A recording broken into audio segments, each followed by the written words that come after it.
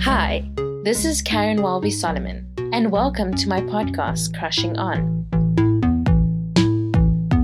Welcome to episode 3 of Crushing On podcast.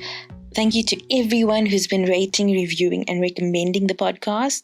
And a special shout out to Elizabeth and Katie who reviewed on Apple Podcasts. I swear this is not me taking on pseudonyms and reviewing myself. I'm not saying that I wouldn't do it, but I'm just saying this time I didn't.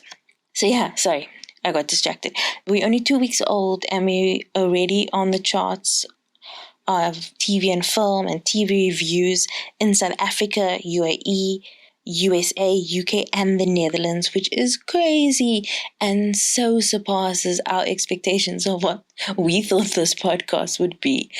I thought it would be a mission to even get my family to listen. They still aren't, but I thought that'd be a mission, let alone other people. So yes, once again, I just want to thank you. Today's guest is Leanne Lakshi Phillipson. She's an old friend of mine, and she was my first guinea pig, the first one who was willing to let me test out my interview and recording skills on her. So when I say rough, I mean like really rough. This was my first ever interview. So, move around your expectations as you will. But yes, we chat about a lot of things. Movies, sitcoms, lots of things. And there are some spoilers, as there usually are, because I like to talk all over the place. So some spoilers for sitcoms that have been in public domain for years. So I'm sorry, but yeah, I will put times in the show notes, but I'm also like, come now guys. Anyway, so spoilers for Friends, How I Met Your Mother, New Girl. Also, maybe little spoilers for Doc Martin, as well as the Daniel Radcliffe series Miracle Workers. But we talk about a lot, and I'm not going to say much now. So please listen, let us know what you think, etc. I'll catch you at the end of the interview. So here's Leanne. I generally avoid things if they are too popular. Not on purpose, just like because sometimes I'm in the mood to just watch movies from like 1983 and nobody else is talking about as one does. and then you come out and everyone's talking about some series that I've never heard of, and I'm like, do you get around to watching Never Ever Ever? Yeah, we binged that within like 2 days. Steve was so obsessed. I was like, so I saw you tweeting about it because you're one of my influencer people. I saw you tweeting about it and I was like, okay, this looks kind of interesting.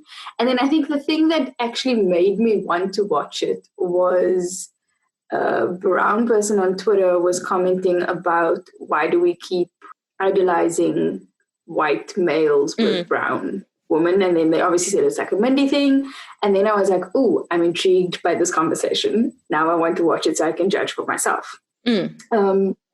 And then I watched it, and then like Steve and I kind of had a discussion after, because I thought it was so well done, because as a brown person, I really resonated with her family and the way things were executed. Like, it was very well done to kind of merge being Hindu or having traditions and then also trying to be cool and be popular and blend in and acclimatize and assimilate and stuff.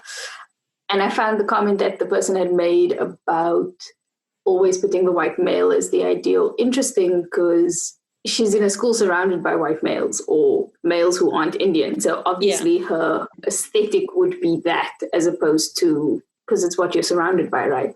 So I loved that show. Steve and I were just ugly crying by the last episode, like boxes of tissues next to us. So I also think it was, because it was partly based on Mindy Kaling's own life.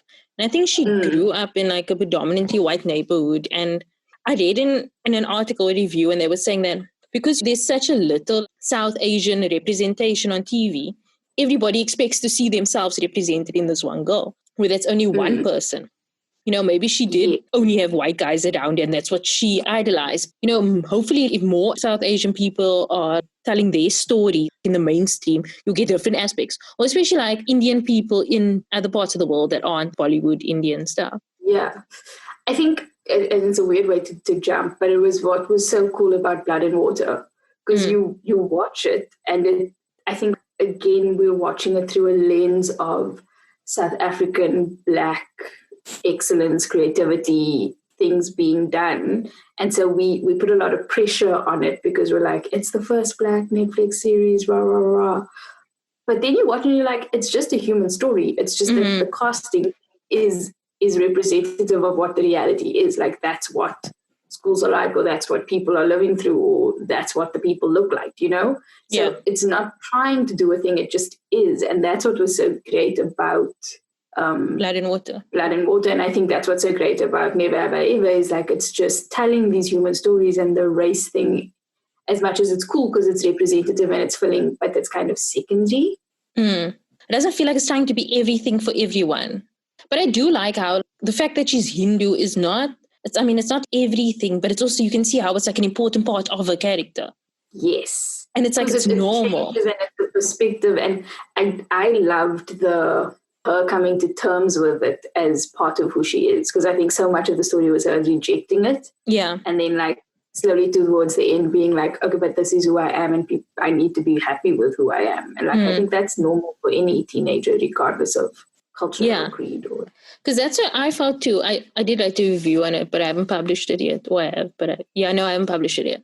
But I was also like, we all go through this thing, like, especially when we're a teenager, we reject our culture, we reject who we think we're supposed to be, or where we come from, because it might not be cool, or it might not be what we think is cool, which, it's all other deal.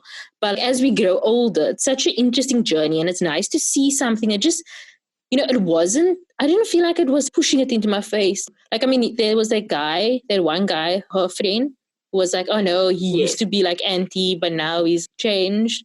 But I didn't feel like it was pushing it on me. Like, I felt like I was, like, I could see it gradually happening within her. And that was interesting. Like, I can't wait to see what happens next.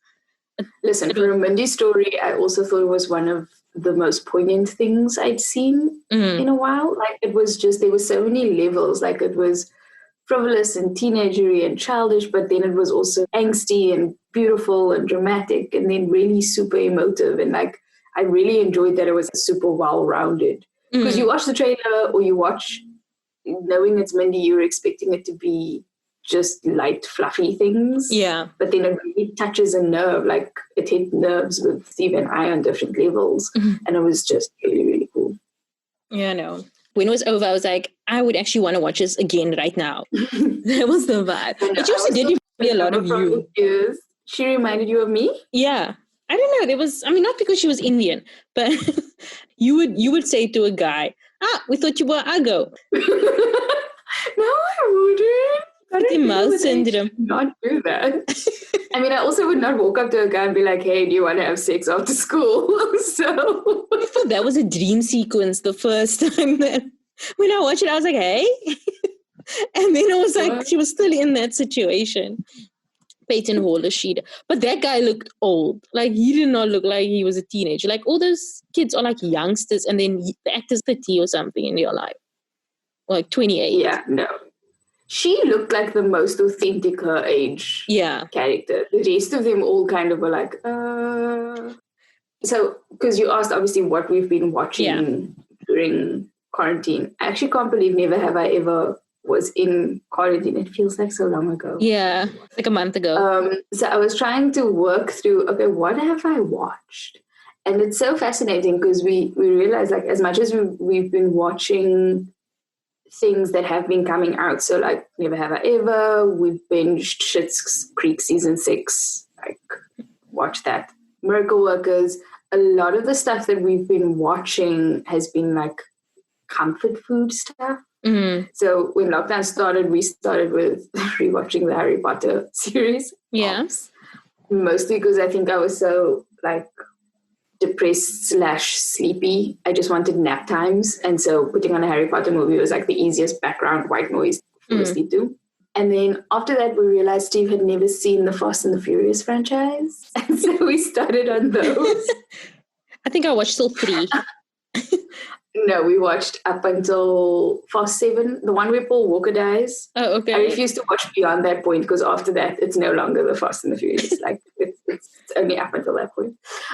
And then when Netflix got all the New Girls, because I had only watched up until, I think Steve and I had only watched up until season 3 of New Girl before this. So we've just been binging like New Girl, Schitt's Creek, a little bit of Old Parks and Rec thrown in there.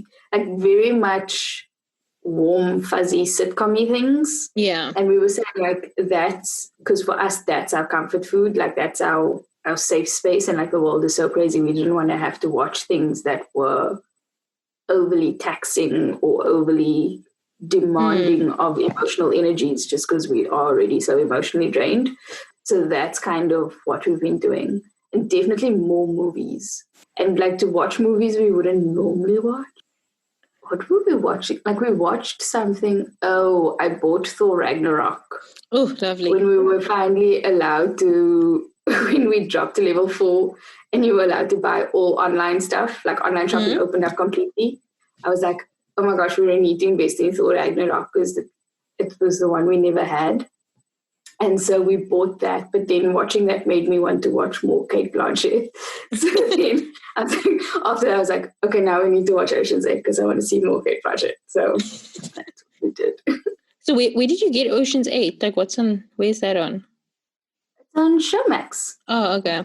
It was actually so cool going through Showmax because I realized for a long time Netflix was like our go-to for everything. And so we'd had the Showmax subscription, but we weren't using it because the TV we have, you can't upgrade the interface. And it's a really crappy interface on our TV. So it's like such a mission to have to search and scroll and do stuff on it. Yeah. But I think with lockdown and with the limitations on Netflix because of so many other streaming channels forming and like the content being limited now, we actually end up finding more cool stuff on Showmax. So as we were scrolling through that, I was like, wow, we've actually watched quite a lot of things on here, which is cool. Like, yeah, because they're getting a lot of the movies from DSTV after, because I watched like Shazam recently as well for the first time. Yeah. And like I also got it on there. Shazam. So cute, very cute movie. So cute. And then I also watched Big, the Tom Hanks movie from like 1989. It also has the same sort of concept where it's like this boy and he wishes he can be bigger. And then he wakes up and he's like a grown up.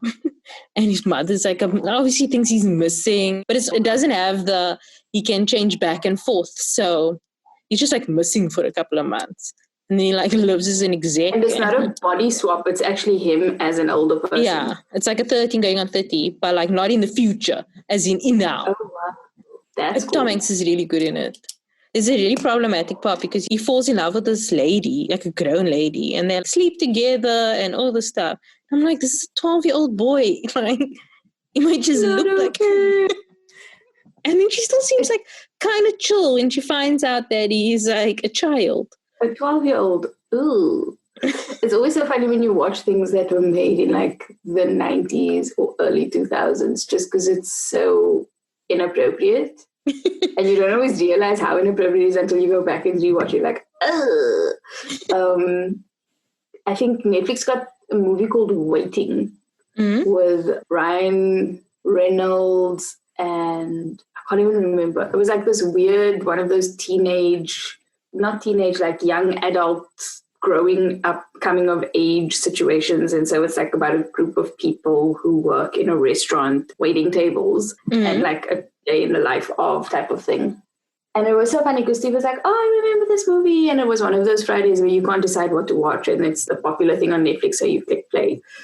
But as we were watching it, there were just so many like homophobic slurs or like inappropriate misogynistic jokes. And you're like, did we really think this was okay? And like when you think about not even, like that probably wasn't even 10 years ago. And it would have been okay. But now you look at stuff with such a different lens. But when you think about things like the American Pie movies and Van Wilder, all the just horrible jokes that are in those things. And people lauded those. They were like, this is the greatest movies ever, best comedies. They were messy. Yeah, absolute mess. We often have that with sitcoms and series that we watch or that we like to rewatch. Because like you think about How I Met Your Mother, which at the time was amazing. Then you think like, Ted's a jerk. and Yeah, I've never Barney liked is it. horrible. And like The Barney thing is, I can't be a revisionist and pretend that I didn't absolutely find Barney freaking hilarious. I thought he was yes. so funny. But obviously now you look back and like, oh. So But I funny. also sometimes think some of the stuff it doesn't take away from like how funny he was, but the way Would you condone that behavior? No. No. I still think that there's aspects of the character, like he's quick-witted and come with the comebacks and stuff like that. That was funny. But the content of his jokes are now like... It's a weird thing because the things that you would have been drawn to weren't related to, how do we say this? It wasn't, like you're saying, it's not the content. You were drawn to the fact that he was witty and he was fast and he would go through all these crazy lengths to get things done. Not that you approved of the things he was trying to get done. Like, you know? Yeah. It's a weird thing. It's the same with Friends. Like you watch Friends and you love it and it's characters and it's warm, fuzzy things because it's reminiscent of a time in your life when you were originally watching it. But you watch it now and you kind of go, especially the homophobia in Friends is so bad. Yeah. Like, especially with Carol and Chandler. Susan. Like, I love Chandler. Chandler's like amazing. But then he's such a homophobic character and you're just like, whoa. Joss also not great. I don't know how I felt about Ross the first time I watched Friends. I know I liked Ross and Rachel together, but I don't remember having any strong feelings. And I rewatched it a couple of years ago with my nephew, and I was just, every scene with Ross like grated me. Like there were some funny moments, but such an irritating character. He actually just annoyed me so much, and I always was. Did I feel this way before? I don't know. It's just really annoying to me now. But all the other characters I can deal with, but him, No, him I cannot stand. And it's a weird thing because I had watched bits and pieces of Friends when I was younger, but I'd never actually watched the series. I wasn't invested in it like a lot of people were at the time. So when it first came out, I think it first came out on Netflix, we were like, okay, we're going to start from the beginning and watch all 10 seasons, I think it is. Yeah. And we were like, okay, cool, we're going to work our way through it. And we watch. And as we get, I think it's like season 4 or 5, like second or third time Ross and Rachel break up and get back together. Steve and I would have these debates because I'd just be like, I hate them together. I hated that I hated the fact that they just always felt like such lazy writing from the start. They built the characters up and like everyone had gotten their redemption arc to a certain extent. Yeah. He had the twins and she got married and you'd had Monica and Chandler grow and become this couple. And Joey, I can't even remember what happened with Joey, but he matured at some point because he was forced to because everybody else was. Yeah, he moved to LA. And then you had Ross and Rachel growing in their own ways and then all of a sudden at the end they just reverted back to like 3 years ago and it just felt like such a waste of time and energy. It's how I also felt about How I Met Your Mother. Oh, I did not like Ted the entire time. Like I've never liked Ted. And I really love Barney and Robin together. So obviously that's also going to taint my view a bit. But I was like, Robin had changed so much and Ted had changed so much. Not that I cared, but he had changed so much. And Barney too.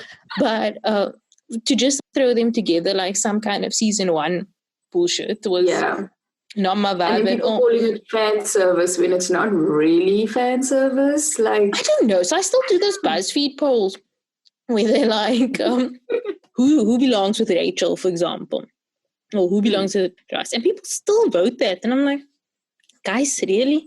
I think that's because we don't have line of sight of how problematic that relationship was. The fact that he stifled her, that it was about controlling her, that she was never meant to grow or be without him. Yeah. Like there's a codependency that was required in order for that relationship to succeed. And if that's what you're looking for in a relationship, I suppose you see it as the ultimate. Yeah. And when you're young, you think, oh, you're supposed to complete me. But I think if you get older, you kind of stop expecting that because you know you're both meant to be complete people that complement each other. I think it was together. I think for me with Gossip Girl as well, I had that kind of thing with Chuck and Blair because I started watching that when I was young and I grew up. And because it was at such a, it started when we were like, in matric or grade 11 or something like that. Yeah. By the time it ended, we were in our 20s. So like in that time, like I remember thinking Chuck and Blair were it. This is the type of couple to be. And then just realizing how toxic it is, as I grew up and realized how toxic relationships like that are. And I think, yeah, it is something like maybe, it's good for you at the time, but like revisiting it is scary. I think that's a good thing about rewatching shows, because the first time you watch it, you have your initial opinions. And if you watch it again later on, your opinions change. And again, it's you to think, why are my opinions changing? How have I changed? What do I think now? Why is this a trigger for me that wasn't a trigger before? It's also a form of self-reflection. And if you have the wherewithal to be self-reflective. Yeah, that's also true. But it's so interesting because I was chatting to Steve because we were talking about, like I said, we're currently binging New Girl, and I hadn't seen all of it, and I think we're in season 6 now, and I can see the writers going towards the Jess Nick thing again. Yeah. And I literally said, I was like, I hate them together. And he was like, why do you feel so strongly? They're not that bad. And I was like, I actually really like them because together. Everybody's... No, I'm like in the minority of this. Hey? I like them together. Actually, I don't know. I was never a Schmidt and Cece person either.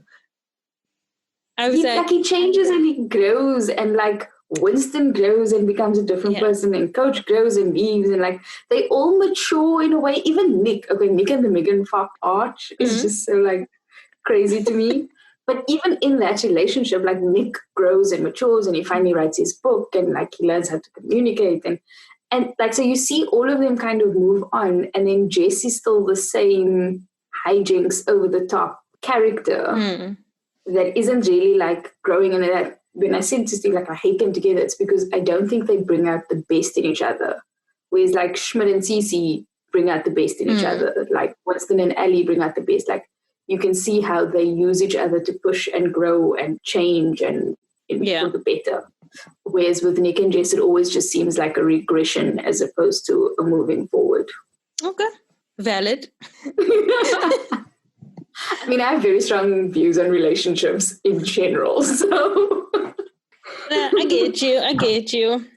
I don't know why I know that she annoyed so many people, and like she seems like the type of character to annoy me, but I don't know why. She never bothered me that much. And I think it was that initial relationship where I just thought that they had so much chemistry together. And I didn't see that again. Time they get together, it's amazing. Like it's right there and it's beautiful and it's whatever.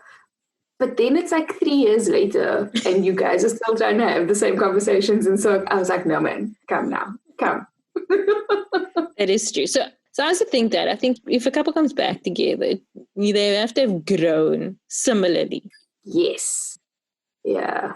We started watching something, but now do you think? Oh, we started watching Doc Martin. Okay. It's BBC show. Have you seen it? Or ITV, one of those British shows. Yeah, it's like a British show with this guy, and he's probably on the spectrum. So he's a doctor, and he used to be a surgeon who gets hemophobia. And then he can't practice as this top-notch London surgeon. So he goes to be a doctor in a small seaside village out of town. But he is cold and it's like Sherlock meets Monk or something. It's like he's just this very... like House has a warmth to him still. This guy's literally... and like this guy's literally just like... I don't want to say... You would assume he was slightly on the spectrum. Okay. Because he's that out of touch with reading the room responses. So there's a love interest in the story. Eventually, at some point, they're in a situation and they're about to kiss. And then they kiss and you're like, oh my gosh, it's happening. Because he's like this awkward human who doesn't know how to communicate. And she very clearly likes him and he very clearly likes her. But like you just think, well, he's an idiot, so it's not going to happen. And then eventually they kiss and it's amazing. And the first thing he says after they kiss is, he's like, do you suffer from nasal congestion or something? And she's like, what? Why? And he's like, because your breath is bad. And so maybe you're sick. Because he's a doctor and he's trying to diagnose. And so it's just like, I feel like we've got maybe 4 seasons in and then I couldn't watch it anymore because as a character, he wasn't growing or developing. The person you meet... And I suppose it's probably expecting too much, but if I watch something, I'm expecting characters to have a growth curve, like an arc, that kind of a redemption arc of sorts. And so when you meet him, he's what people would call a dick, because he just does, he's horrible as a person. And he goes through all these things, and then you think he's going to change, but then season 4, episode 3, he does like the same thing he did in episode 2 of season 1, and you're like, why? I can't keep watching him make the same mistakes because nothing's changing. So, yeah. So talking about awkward couples now with medical workers, I thought there would be more that would happen between Daniel Radcliffe and that girl. Is it just me? I thought so. Like, they were very clearly building towards... Have you seen the trailer for season 2? I have not. But it's a mythology, isn't it? Yes. So the different story is completely different. Yeah. They're like set in medieval times. Yes. And he's like this king's son who's terrible. And so everybody's completely different characters and stuff. And it looks so interesting, but it was a weird... I watched the first season, the first episode, and I was like, meh. And then in the last scene, when he looks at her, like they're talking to God and they're trying to like convince God to take the bet. And they said, two people fall in love, two awkward people. And then he looks at her and it looks like he's like obviously crashing and stuff. And she's like, oh, you shaved. And I was like, oh, shit, they're going to go there. And I was like, okay, I want to watch this. I want to see where this goes. And then they keep doing it, right? Because then there's another time later on where the old guy comes, the old prayer answerer guy comes back Sanjeev, in. And then, there's a whole jealousy scene. Yeah. And then there's the moment where he's about to say, where he's putting on the bee helmet. Mm. And you can tell he was like about to be like, if anything happens, kind of like he was going to say, I liked you, but then he doesn't. And then it just ends. And I'm like, I did that awkward dance thing. And I'm like, But couples without payoffs is probably not the best. Have you seen Juliet Naked? No, I have not. It's a movie with Rose Byrne and Ethan Hawke and Chris O'Dowd. Mm-hmm. And it's one of those really cool, weird indie movies where basically they set up a couple, but the couple is not in the stage of life where they can effectively survive in a relationship. And so, but what they do very well is they essentially leave it for a year. So they're writing letters back and forth. And so you just hear a snippet of one letter exchange, and then like a year later you hear the snippet of the next letter exchange. Okay. And it's her going, sorry, I haven't written. I actually moved to London. It would be delightful to see you. And so they meet up like a year later. So you see the whole story unfold, and then a gap of a year, and they meet at a year later. And all you see is the fact that they're meeting up. But it's such like a good way of telling the story, because as the person watching it, you get the sense of they made the right call to not end up in the happily ever after initially, but that it was the mature thing to do because now they might still have their happily ever after. I don't know if I'm making sense. Oh, yes. Okay. So you mean that it might not have happened in the beginning because it wouldn't have worked, but later on. Yeah, like the fact that they were both in the space to acknowledge like now was not the time. And so, but a year later, the fact that they're meeting up gives the viewer hope that like now they will go forth and be this happy couple. And I think that's such a cool way of doing it.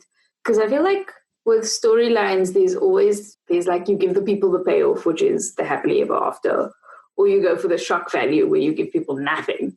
And then it's terrible because you feel like you wasted your time. Yeah. Or you do the weird in-between thing where it's like it might not be working, but there's a hint that it's going to work in the future. Like that hopeful, so you left hopeful. And I suppose I prefer that than the nothing ever happens and you wasted my time. So I suppose we could say that medical workers, they kind of end hopefully. Because, I mean, they're dancing together. What else? Yeah. Maybe. But I don't feel like that guy will ever make a move. I don't know.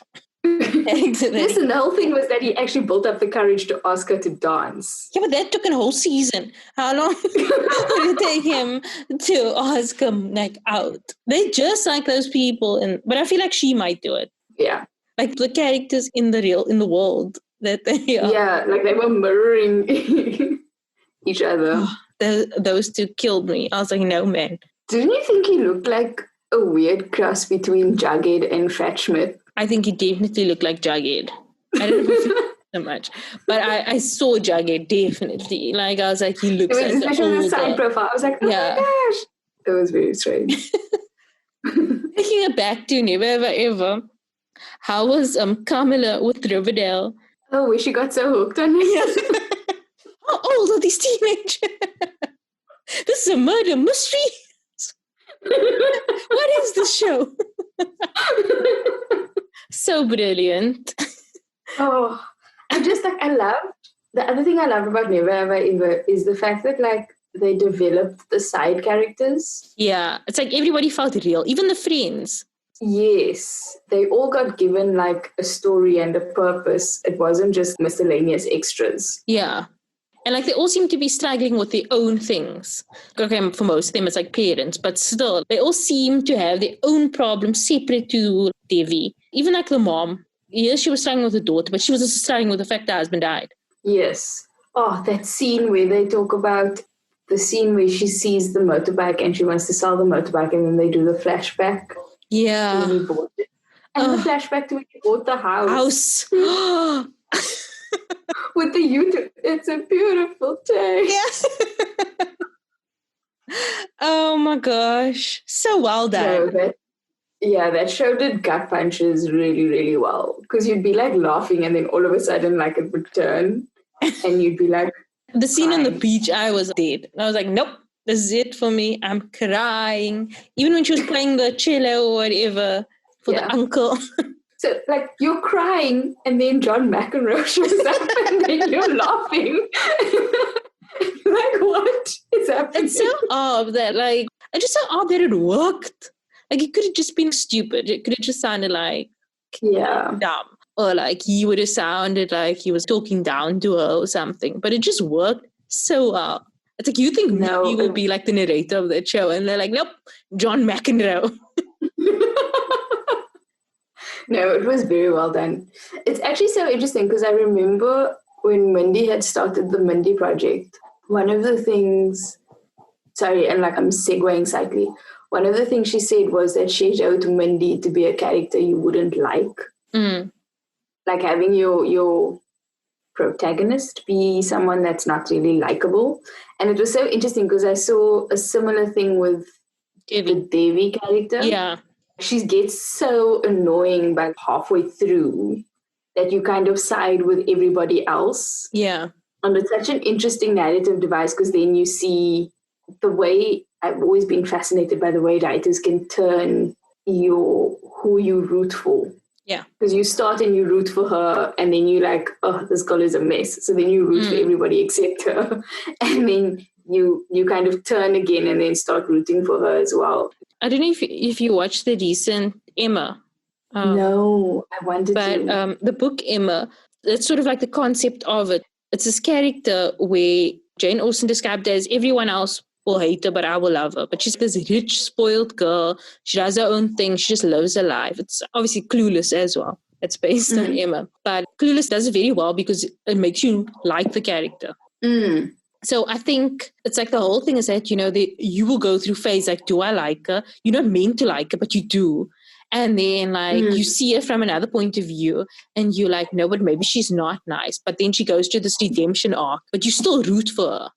Like even through that redemption. With a lot of characters, if you don't like the character, go through redemption arc and you will still be like, you're still a piece of shit. But what I think with Devi and what I think also worked with Clueless is that the actors that played them did it so well. I think that if anyone vulnerability, if somebody else that played that role might not have had that same effect that she had. Thank you so much for listening. Once again, all the info about the recommendations, everything that we mentioned will be in the show notes. That was Leanne, Lakshmi Phillipson. You can find her at _Lakshmi_L on Twitter and L_Lakshmi on Instagram. But once again, it will be in the show notes. You can find me at Karen Welby on Instagram and Karen Welby's with an S on Twitter. And you can find the podcast at CrushingOnPod on Twitter, crushingonpod.com, and send any feedback to crashingonpod@gmail.com. Also follow us on Twitter. We've been doing all these fun polls and questions and chatting about the stuff that we spoke about in the episode. So join us on there and become part of the community. All episodes are edited and produced by Rebecca Barches. And don't forget to rate and review on Apple Podcasts. Thanks so much for listening.